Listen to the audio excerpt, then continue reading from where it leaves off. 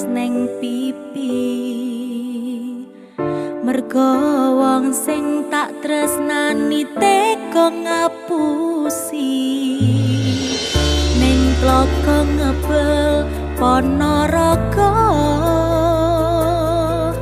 kowe nate ngucapke janji setya.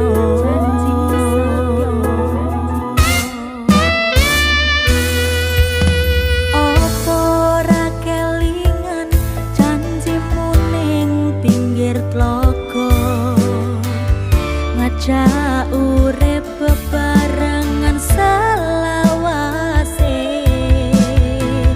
Kowe teko nggawa tresno,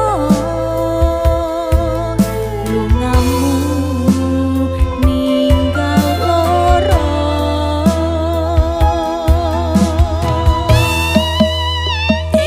Sumilire angin ning telaga Ponorogo gawe atiku keloro-loro. Wong sing tak tresno teko ngeliyo lan benjani janji kang kula setya.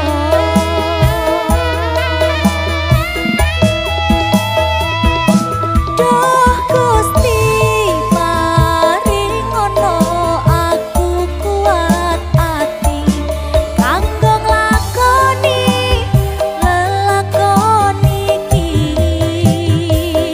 Yen pancen iki wis dadi kegarise Gusti, tak lilakno kanthi ikhlas ati.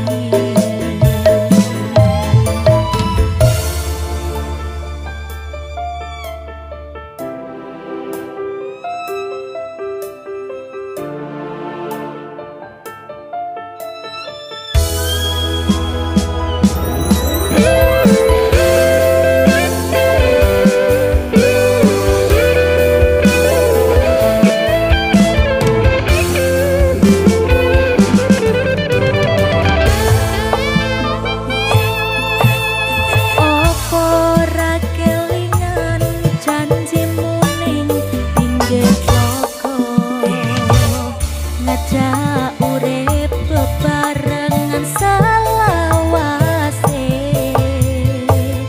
Kowe teko nggawa tresno,